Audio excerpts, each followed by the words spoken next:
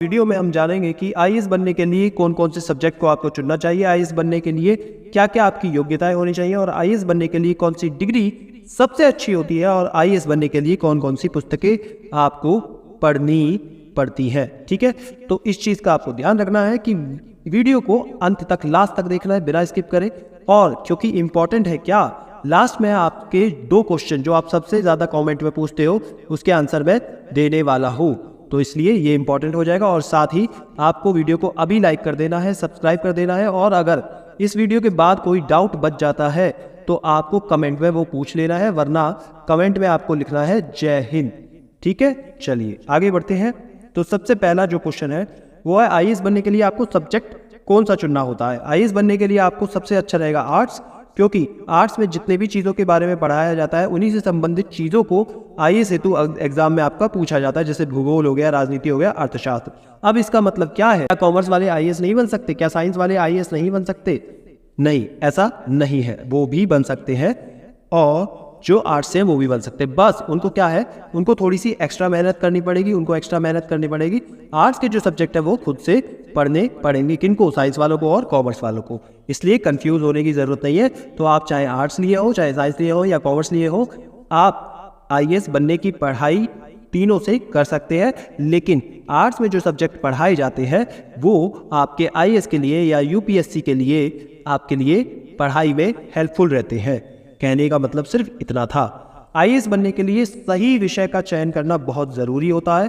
IAS की तैयारी कर रहे हैं तो सबसे बेहतर विषय होगा आर्ट्स में पढ़ाने वाले सब्जेक्ट, जिससे आपकी पढ़ाई आसानी से कर पाएंगे। ठीक है, जैसे कि कौन कौन से सब्जेक्ट्स होते हैं वो आप देख लीजिए। सबसे पहले नंबर पे आता है भूगोल। भूगोल मतलब ज्योग्राफी। ठीक है, भूगोल काफ़ी ज़रूरी हो जाता है आपके लिए, और यूपीएससी परीक्षा में सामान्य अध्ययन चाहे जीएस का पेपर हो, ठीक है, तो जीएस में आपका भूगोल बहुत इंपॉर्टेंट होता है। और साथ ही साथ ऑप्शन भी अगर कोई लेना चाहे तो उसमें भी भूगोल आपका कवर हो जाता है। राजनीति विज्ञान, पॉलिटिकल साइंस, राजनीति विज्ञान आपको भारतीय संविधान, सरकार की कार्यप्रणाली और अंतर्राष्ट्रीय रिलेशंस, आईआर जिसको हम कहते हैं अंतर्राष्ट्रीय रिलेशंस या फिर अंतर्राष्ट्रीय संबंधों के बारे में। अर्थशास्त्र, इकोनॉमी, इकोनॉमी के लिए आपको अर्थशास्त्र एक बहुत ही प्रमुख विषय है। सामान्य अध्ययन के साथ साथ ऐसे राइटिंग में भी आपकी हेल्पफुल करता है, और इंटरव्यू में भी इसमें से काफ़ी ज़्यादा आपको मदद मिलती है, क्योंकि काफ़ी सारे क्वेश्चंस पूछे जाते हैं, बजट वगैरह सब कुछ शामिल होता है इसके अंदर, ये ध्यान रखना है आपको। और ऑप्शन भी है ये एक बहुत बढ़िया वाला। उसके बाद आ जाता है सभी का फेवरेट इतिहास। इतिहास, भारतीय भी इतिहास और विश्व का इतिहास। इसको आपको मतलब कि Indian history and world history आपको अच्छे से करनी पड़ती है। ये विषय आपको प्राचीन, ठीक है, एंशियंट, मेडिवल और आपके मॉडर्न इंडिया, इसकी आपको गहरी समझ आपको मिलती है। उसके बाद आता है आपका सामाजिक शास्त्र, सोशियोलॉजी, इंग्लिश में बोले तो सोशियोलॉजी।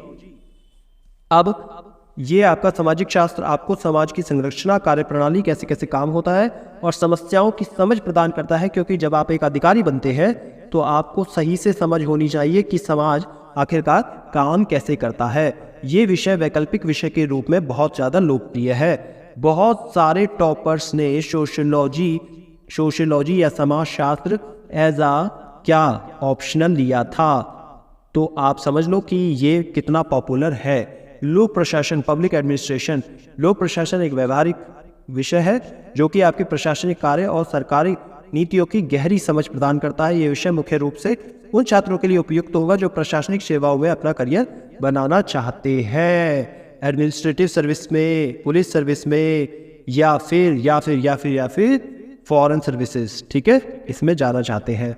आर्ट्स में इन सभी विषयों के अलावा कई अन्य विषय भी होते हैं जो आपकी आईएएस की, देखो आईएएस की परीक्षा में सहायक, आईएएस की परीक्षा की तैयारी में सहायक होते हैं। इसीलिए बोल रहा हूँ कि आर्ट्स वालों के लिए थोड़ा सा हेल्पफुल हो जाए, क्योंकि वही सब्जेक्ट वो पढ़ते हैं। उसके बाद आईएएस बनने के लिए आपकी योग्यता क्या होनी चाहिए। आईएएस, इंडियन एडमिनिस्ट्रेटिव सर्विसेज बनने के लिए आपकी निम्नलिखित योग्यता होनी चाहिए। सबसे पहले बात करते हैं शैक्षणिक, एजुकेशन क्वालिफिकेशन आपकी क्या होनी चाहिए। मान्यता प्राप्त किसी भी विश्वविद्यालय से, यूनिवर्सिटी से आपकी ग्रेजुएशन की डिग्री होनी चाहिए।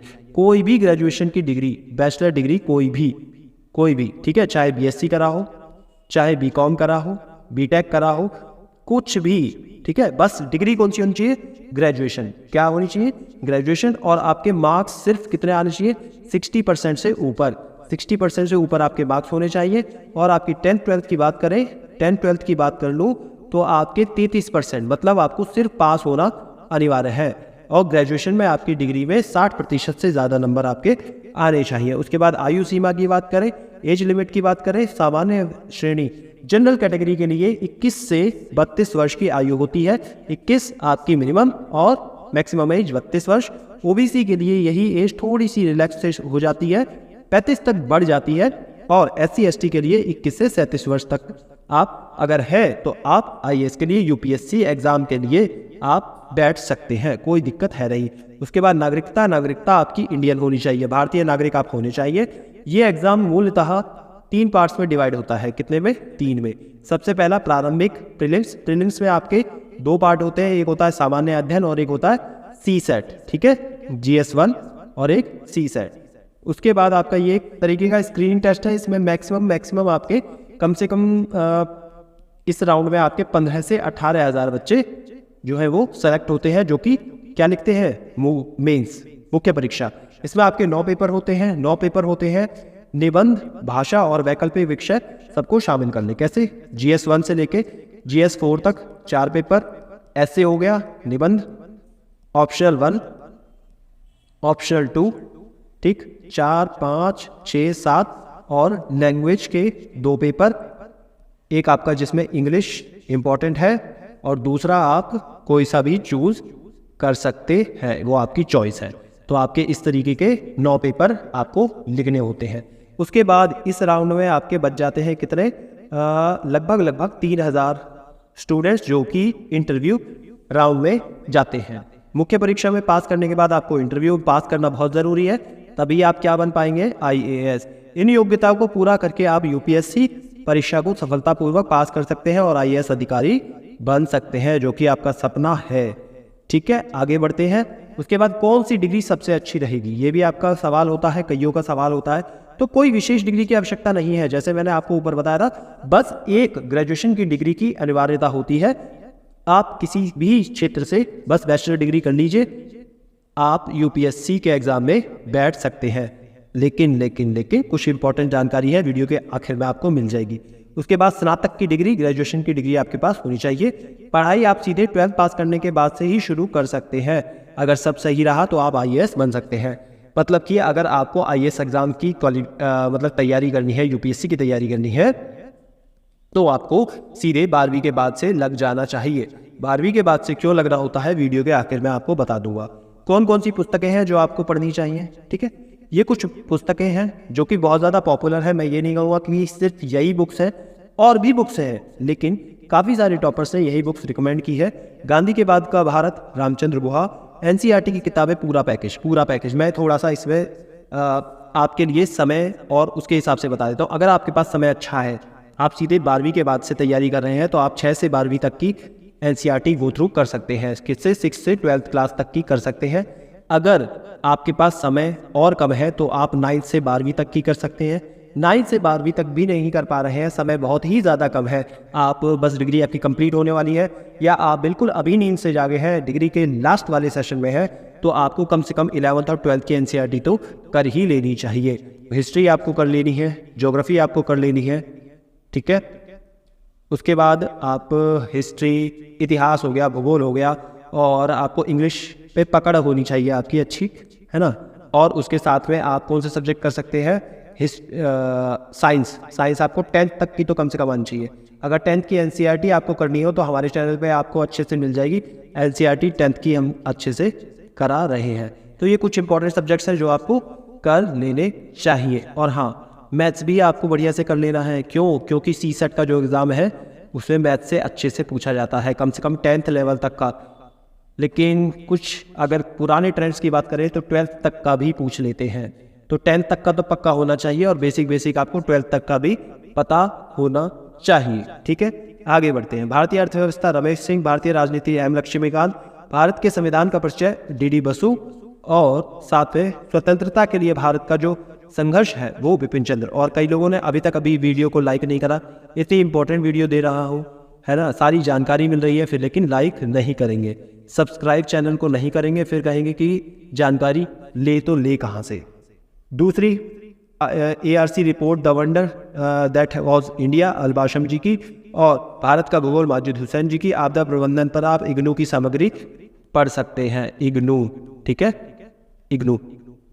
अरे एक सेकेंड, स्पेलिंग मिस्टेक हो गई, कोई बात नहीं, इग्नू, ठीक है। उसके बाद सबसे इंपॉर्टेंट पार्ट पे आ गए हैं हम, जो सबसे ज़्यादा कमेंट्स में क्वेश्चन आंसर आपको पूछे जाते हैं। सबसे पहला, IAS अफसर बनने के लिए मुझे कौन सा विषय चुनना चाहिए? तो इसका उत्तर आपके हिसाब से है समय आपके पास कितना है, ठीक है। मैंने जो अभी बताया कि आप डिग्री कंप्लीट होने के बाद पेपर दे सकते हो, और डिग्री के लास्ट ईयर में भी आप देने के लिए 21 साल के अगर हो गए हैं तो भी आप दे सकते हैं। आपकी रुचि किस में है, आपका इंटरेस्ट किस में है, ठीक है, इंटरेस्ट किस में है। और उसके बाद विशेषज्ञता, एक्सपर्टीज। जैसे मैं आपको बता दूं, एक सब्जेक्ट है मैथमेटिक्स, जो कि बहुत ऑप्शनल सब्जेक्ट है, ठीक है। अगर आप मैथ्स को अच्छे से जानते हैं, अच्छे से कर पाते हैं, ठीक है, ईमानदारी से अच्छे से कर पाते हैं, तो ऑप्शनल आप मैथ्स ले सकते हो, हाई स्कोरिंग होता है। लेकिन आपकी अगर पकड़ नहीं है, एक्सपर्टीज नहीं है ना, तो आप उसके लिए मत जाना, ठीक है। ये कुछ बातें हैं, जैसे कि सामान्य अध्ययन, इतिहास, भूगोल, राजनीति विज्ञान, समाजशास्त्र जैसे उपयोगी हो सकते हैं। ये सब विषय सारे के सारे, इन विषयों में व्यापक अध्ययन की आवश्यकता होती है, व्यापक, ठीक है, याद रखो, ब्रॉड, अच्छे से पढ़ना पड़ता है, डीप, सब कुछ, सिर्फ फैक्ट से काम नहीं चलने वाला, वाई, क्यों चीजें होती है, ये यूपीएससी को चाहिए।